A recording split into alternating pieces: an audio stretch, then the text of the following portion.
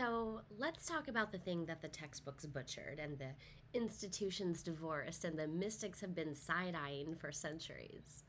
Science and spirituality are not opposites. They are fucking soulmates. And yeah, I said it, and I'm not here to make it palatable.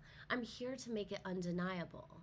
So, if you've ever felt torn between your love of logic and your ride or die relationship with crystals, or you've ever been gaslit by somebody who said that there's no science behind it while you're literally regulating your nervous system with sound bowls, then this one's for you. Because here's the thing that nobody told us when we were growing up: science and spirituality used to be the same damn thing.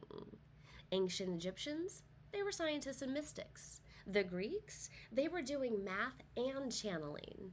And indigenous healers have been practicing biofield medicine since long before it got white labeled and sold as PMF therapy.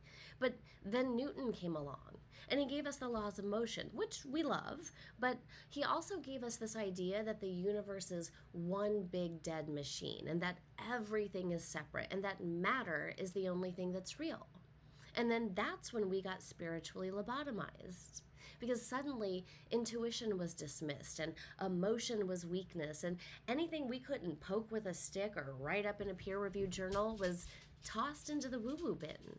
And meanwhile, you're over here feeling the energy in a room before anybody speaks and wondering if you are the problem. And you're not. You're just quantum. So let's break down the basics. So the observer effect tells us that just the act of observing something changes its behavior, meaning your attention affects reality. Your gaze is not passive, and your thoughts have power. And then superposition means that multiple versions of reality exist at once until you collapse one into form by focusing on it.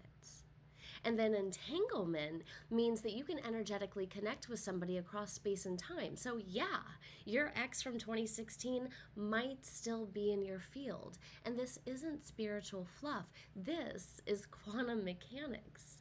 This is Max Planck, the father of quantum physics, literally saying, consciousness is fundamental.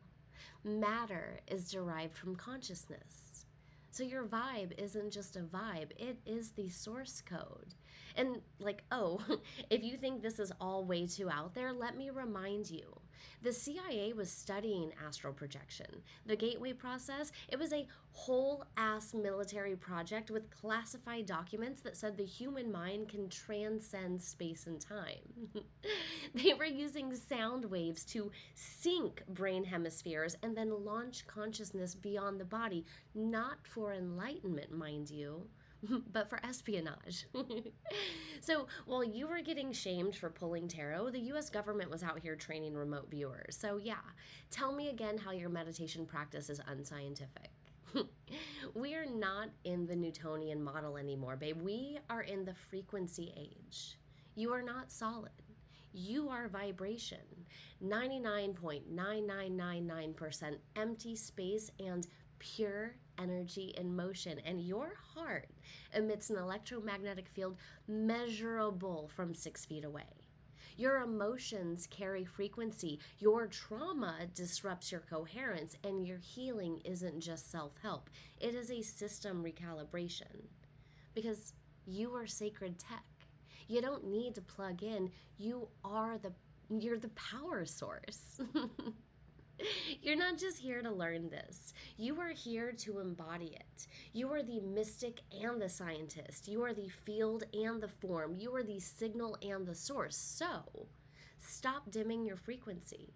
Stop second guessing what you feel. And for the love of resonance, stop pretending that you're supposed to fit into a world that was never designed for somebody as plugged in as you. So this is your reminder. You're the bridge. You're the tech. You are the fucking timeline. But catch the full episode of the Synaptic Soul Podcast streaming now on YouTube or wherever you get your podcast. Because if this cracks something open for you, hit subscribe, maybe leave a comment, and keep just vibrating higher.